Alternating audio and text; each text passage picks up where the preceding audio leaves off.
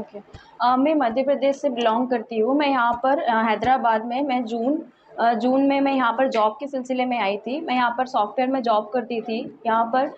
उसके बाद में मैं डेटिंग ऐप में सितंबर 20 को यहाँ का एक लड़का है जो महबूब नगर अचमपेट से है, कामारेड्डी में गवर्नमेंट एम्प्लॉय है, एमएस डॉक्टर है ऑर्थोपेडिक।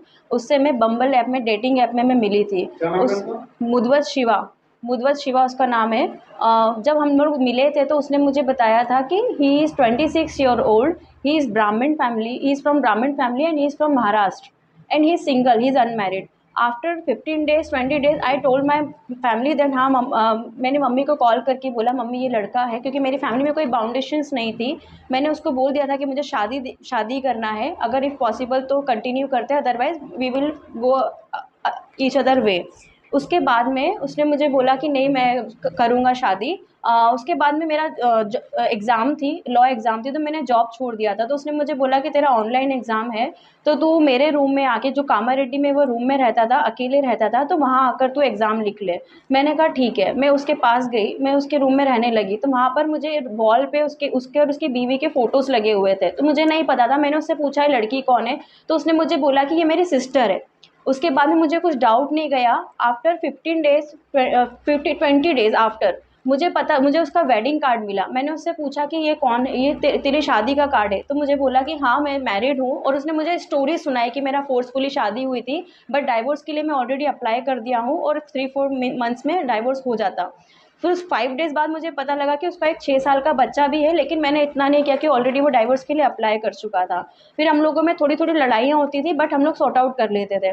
उसके बाद 15 डेज़ बाद मुझे पता लगा कि उसका एक 4 महीने का और बच्चा है, जिसके बाद मैंने उसको बोला कि अब मुझे तेरे साथ नहीं रहना है, अब मुझे जाना है अपने घर, मैं नहीं रहूँगी यहाँ पर। तो उसके बाद उसका टॉर्चर चालू हुआ, वो मुझे रूम में लॉक करके रखने लगा, एनेस्थीसिया इंजेक्शन देने लगा, ड्रग्स देने लगा, पता नहीं कौन-कौन से मेडिसिन्स ज़बरदस्ती फ़ोर्सफुली गला दबा के, मुँह प्रेस करके, मुँह में पानी डाल के दवाइयाँ देने लगा।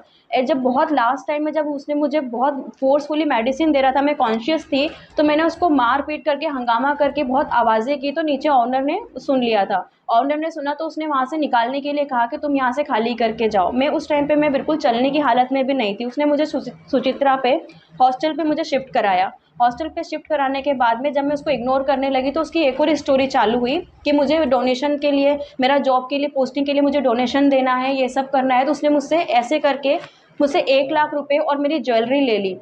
उसके बाद में मैं अपने घर गई, मैंने उसको पैसों के लिए बोला कि मुझे पैसे चाहिए, तो पैसों के लिए बोला कि मुझे पैसे चाहिए, तो उसने मुझे बुलाया।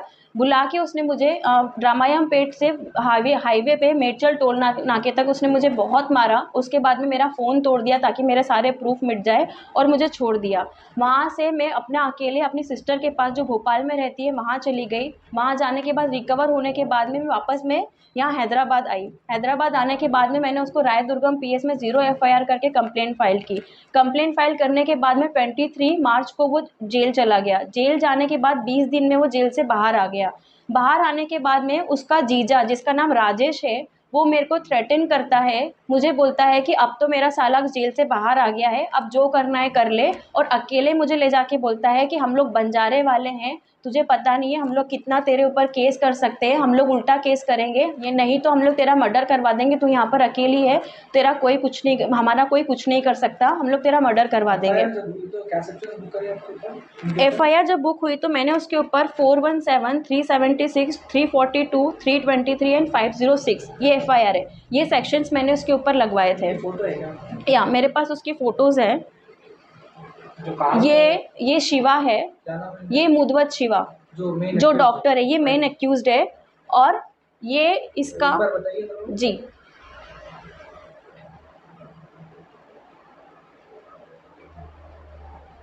ही is the main accused. Okay. Okay. And उसके बाद बेल से बाहर आने के बाद जो मुझे धमकी दिया, ब्लैकमेल किया, ये उसका जीजा है राजेश।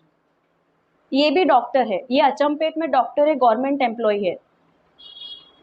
ये मुझे थ्रेटन किया। उसके बाद में जहाँ पर ये काम करता है उस हॉस्पिटल में 15 लोग भर के आए थे, और मुझे इसकी वाइफ जिसका नाम नवीना है, वो मुझे मारने के लिए ढूंढ रही थी कामारेड्डी में कि कहाँ पर है वो लड़की, उसके बाल पकड़ के उसका रोड में जुलूस निकाल के उसको मैं बहुत मारूंगी। तो उसके हॉस्पिटल वालों ने मुझे सेफली, अपना प्रोटेक्शन के साथ में मुझे अपना सेफली रखा कि ताकि इस लड़की को कुछ प्रॉब्लम ना हो।